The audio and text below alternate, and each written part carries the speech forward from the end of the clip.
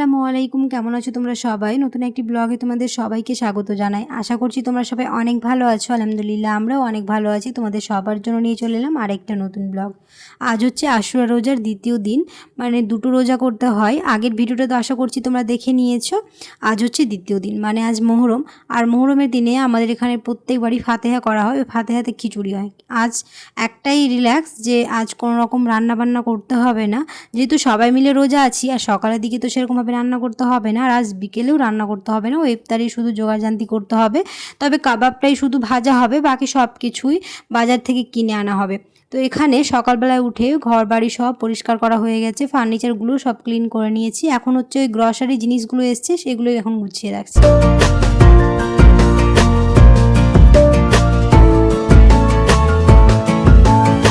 এই গ্রসারি জিনিসগুলো কেনার সময় অনেক জিনিসই আমাদের বাড়তি থেকেই যায়, পরের মাসে আবার সেগুলো কাজে দেই। পরের মাসে আর সেগুলো কিনতে হয় না, তো ওইখানে ওই টাকাগুলো সেভ হয়ে যায়। তার জন্য বড় বড় জিনিস নেওয়াটাই আমার মনে হয় বেশি ভালো, কারণ ওইগুলো পরের মাসেও আবার ইউজ করা হয়। ওয়াশিং মেশিনের জন্য লিকুইড, ফিনাইল, লাইজল, হারপিক, এগুলো তো বড়গুলো নেওয়া হয়, সেগুলো তো আর তাড়াতাড়ি শেষ হয়ে যায় না।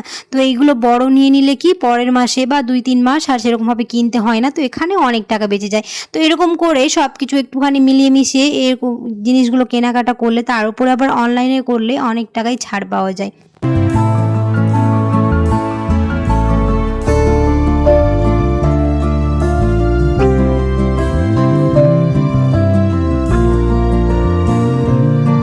এই ছোটো ছোটো জিনিসগুলো যদি আমরা ফলো করি, অনলাইন অফলাইন যেখানেই বাজার করি না কেন, মাসের শেষে বা দিনের শেষে অনেক টাকাই এরকম করে সাশ্রয় করা যায়। আর ছোট জিনিস কেনার থেকে একটুখানি বড় জিনিস কেনা আমার মনে হয় বেশি সাশ্রয় হয়।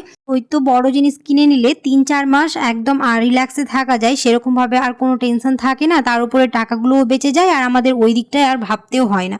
ওই রোজকার যে বাজারগুলো লাগে সেগুলো হয়তো মাসে মাসে আবার করে নিতে হয়, অনেক সময় আবার করতে হয় না। যেমন ডালের কথা বলি, তেল, এগুলো 1 মাস 2 মাসের কিনলেও তার বেশিও আবার চলে যায়। তো এই ছোটো ছোটো জিনিসগুলো, ছোটো ছোটো উপায়গুলো আমার মনে হয় প্রত্যেকটা গৃহিণী করে থাকে, নিজের সংসারের জন্য একটুখানি টাকা সাশ্রয় করার জন্য বলো বা সময় সাশ্রয় করার জন্য একটুখানি তো ভেবেচিন্তে করতেই হয়।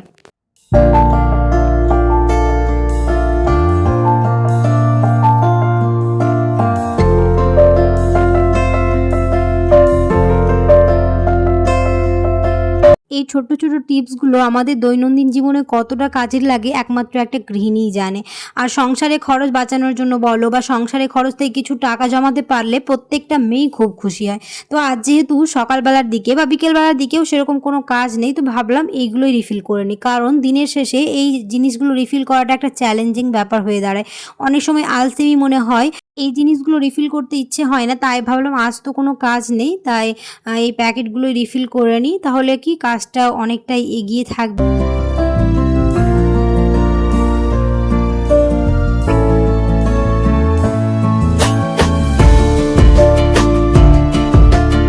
যতই বলি না কেন কোনো কাজ নেই, তারপরেও একটার পর একটা কাজ বেরিয়েই যায়। ওই সকাল থেকে একই রকম টানা এরকম কাজ একটু একটু করে লেগেই আছে। প্রথমেই তো ওই ঘর বাড়ি এইসব ক্লিন করে তারপর ভাবলাম যে আর কোনো কাজ নেই, তারপরে এই রিফিলগুলো করতে আসলাম। তো এগুলো করতে করতে অনেকটাই সময় হয়ে গেল।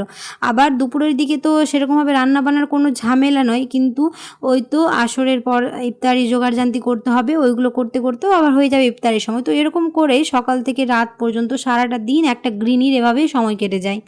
মুদিখানার বাজার করার সময় আমার মনে হয় এই ছোটো ছোটো টেকনিকগুলো যদি ফলো করে না, তো প্রত্যেকটা মেয়েরই লাভ হয়।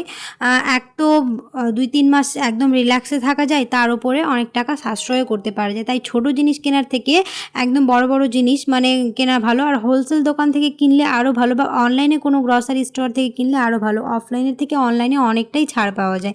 ওই তো সকালবেলার দিকে ওই কাজগুলো করার পরে এখন হচ্ছে ইফতারি জোগাড়জান্তি করা। ওইদিকে কাবাব ভাজা হচ্ছে, বাকি সব কিছুই কিনে আনা হবে। আর ওই তো ফাতেহার খিচুড়িও চলে এসেছিলো, জোহরের পরেই চলে এসেছিলো, কিন্তু আমরা তো রোজা ছিলাম, একেবারে ডিনারের সময় খাবো। তো এখানে ইফতারির জন্য মোটামুটি সব কিছু জোগাড়জান্তি করা হয়ে গেছে। এখানে আছে হচ্ছে কাবাব আছে, পেঁয়াজি, বেগুনি, একটুখানি কলা, শসা, আর যে ডেজার্টটা ছিল কালকের কফির ওই ডেজার্টটা ছিল, আর খিচুড়ি। ইফতারিগুলো সব রেডি করে নিয়ে বাইরে রেখে দিয়েছি। এবার কিচেনটা একটুখানি মেসি হয়েছিল, তো মোটামুটিভাবে ক্লিন করে নিলাম। তারপরে আবার তো ইফতারির পরে সব বাসনপত্র আবার মাজতেই হবে। আর এখানে এখন ইফতারের সময় প্রায় হয়ে গেছে, ওই 2 থেকে 3 মিনিট সময় ছিল। তো এখানে আজ ট্যাং বানানো হয়েছিল, আজ লস্যি বানাতে পারিনি, একেবারে মাথায় ছিল না যে আজ কারেন্ট থাকবে না। যদি মনে থাকতো তাহলে সকালে লস্যিটা বানিয়ে নিতাম, তার জন্য আজ লস্যি বানানো হয়নি, ট্যাং বানিয়েছি। তারপর আলহামদুলিল্লাহ আমাদের ইফতার করে নেওয়ার পরে এখন হচ্ছে ওই বাসনপত্রগুলো সব ক্লিন করে নিই, কারণ অনেকগুলোই বাসন হয়ে গেছে, আবার এখন না করলে রাতে আবার ডিনারের পরে আবারও বাসন হবে, তাই ভাবলাম যে এখন বাসনগুলো মেজে রেখে দিই, কিছুটা হয়েছে, তারপর আবার ডিনারের পরে দেখা যাবে। প্রত্যেকবারই মহরমের দিনে আমাদের ওই বিকেল থেকে মানে দুপুরের পর থেকে একেবারে রাত্রি 8টা পর্যন্ত কোনো রকম লাইন থাকে না, আর একেবারে মাথাতেই ছিল না। ইফতারি রোজান্তি করার সময় মনে হলো যে কারেন্ট নেই, লস্যিটা বানাতে পারবো না, যদি মনে থাকতো তাহলে সকালে বানিয়ে রেখে দিতাম। যাই হোক আলহামদুলিল্লাহ ওই ট্যাঙ্ক ছিল, ওটা দিয়ে হয়ে গেছে। খুব ভালোভাবে আশুরা রোজাগুলো আমাদের কাটলো। কারা কারা আশুরা রোজা রেখেছিলে তোমরা চাইলে অবশ্যই আমাকে কমেন্ট সেকশনে জানিও। আর এখন পর্যন্ত যারা আমার ভিডিওটি ক্লিক করে দেখছো, চ্যানেলটিকে সাবস্ক্রাইব করনি অবশ্যই সাবস্ক্রাইব করে দিও, তার সাথে পাশে থাকা বেল আইকনটাকে প্রেস করতে একদমই ভুলো না সময় মতো নোটিফিকেশন পাওয়ার জন্য। আর যারা আমার চ্যানেলটিকে সাবস্ক্রাইব করে রেখেছো তাদেরকে অসংখ্য ধন্যবাদ। অনেকেই আছো ভিডিও দেখে চলে যাচ্ছো, লাইক করো না, অবশ্যই লাইক করে দিও, কারণ তোমাদের একটা লাইক আমাকে অনেক মোটিভেট করে। তো এখানে গল্প করতে করতে মোটামুটিভাবে আমার বাসনগুলো সব ক্লিন করা হয়ে গেল।